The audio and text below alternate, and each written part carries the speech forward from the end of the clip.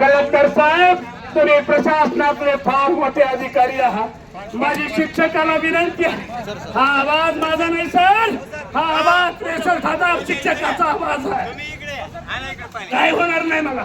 हा आवाज 63,000 शिक्षकांचा आवाज आहे. हा आवाज 20 वर्ष बिनपगारी काम केलेल्या शिक्षकाचा आवाज आहे. हा आवाज त्या मायबापाचा आवाज आहे. अरे त्यांनी आम्हाला पोटाची चीज देऊन प्राध्यापक केलं. हा आवाज त्या मायबापाचा आहे.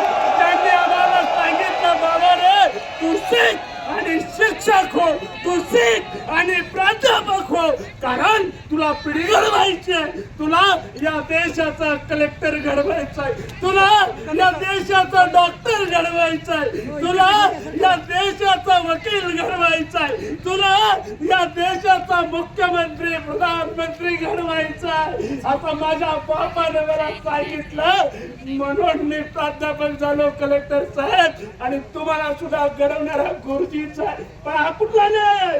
अरे एकीकडे तुम्ही पुरोगामी महाराष्ट्र म्हणताय, एकीकडे तुम्ही बाबासाहेबांचं नाव घेताय. दिवसपासून 18 दिवसापासून महाराष्ट्र पेटलाय कलेक्टर साहेब. हा काही एक दिवसाचा मोर्चा नाहीये. मागील 18 दिवसापासून हा तमाम महाराष्ट्र पेटलाय. आणि महाराष्ट्र पेटल्यानंतर आणि अजित पवार म्हणतात, बाबा चांगल्या चांगल्या आम्ही योजना आणल्या, लाडकी बहीण आणली, लाडका भाऊ आणला, पण दादा आमची भगिनी लाडकी भगिनी नाही होऊ शकत. दादा आमचा शिक्षक लाडका भाऊ नाही होऊ शकत. पण दादा तुला सांगलंय, कारण तुम्ही म्हणाले होते की आता तिजोरीत पैसा नाही, मी काय माझी शेती विकू. अरे दादा या राज्याच्या आम्हाला शिकवता, मी अर्थशास्त्राचा प्राध्यापक आहे. तमाम माझ्या सगळ्या महाराष्ट्रातल्या माझ्या जनतेला सांगणार, 4 विषयामध्ये MA असलेला हा आनंद कर, PhD असलेला आनंद कर. माझ्या मायबापाला लिहिता येत नाही, माझ्या मायबापाला वाचता येत नाही.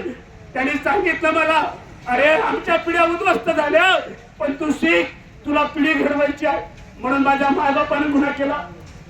या पुरोगामी महाराष्ट्रामध्ये आम्ही शिकायचं नाही का? आमच्या पुरोगामी महाराष्ट्रामध्ये या बहुजनाच्या पोरांनी प्राध्यापक व्हायचं नाही, शिक्षक व्हायचं नाही. मग तुमची लेकरं घडवा ना, तुमची लेकरं आणा इथं. माझं अजित पवारला आव्हान आहे, तुमच्या लेकराला फक्त 5 वर्ष फुकट नोकरी करून शिक्षण घ्यायला सांगा. कळेल मला. माझं त्या प्रत्येक मंत्र्याला आव्हान आहे, अरे तुम्ही फक्त 1 महिन्याची पगार, फक्त 1 महिन्याची पगार या राष्ट्राच्या तिजोरीला द्या, तेव्हा तुम्ही खरे देश बघता. देश बघतात तुम्ही तर मग तिजोरीचे लुटारू आहात. या तिजोरीमध्ये कोण देतं पैसा? अरे आमच्या टॅक्स मधनं पैसा जातो.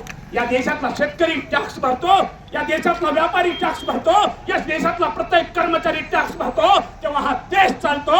आणि अजित पवार म्हणतात मी काही शेती विकू. दादा तेवढं जर शेती विकण्यासारखं टेन्शन आणि वाईट वेळ या महाराष्ट्राच्या मातीवर आली असेल तर तुम्हाला नैतिक अधिकार नाही हो खुर्ची धरण्याचा. तुम्ही खुर्चीचा राजीनामा द्या ना. एवढा का चिटकून बसला तुम्ही त्या पदाला? का का का का असं काय त्या पदामध्ये, असं काय त्या खुर्चीमध्ये? तुम्ही द्या ना राजीनामा. तुम्ही नका घर विकू. तुम्ही घर विकला तर रस्त्यावर याल ना. तुम्ही शेती विकला, अरे बापरे तुम्ही तर मग भूमिहीन व्हाल. नका, तुम्ही सगळं लुटून बसा. आमच्या हक्काचं कुठं आहे? आमच्या हक्काचं आम्ही घेणार. 63,000 शिक्षकाच्या पोटाचा प्रश्न आहे. अहो असा कोणता महाराष्ट्र? दुर्दैव आहे आमचं, कारण आम्ही या शिक्षण क्षेत्रात आलो.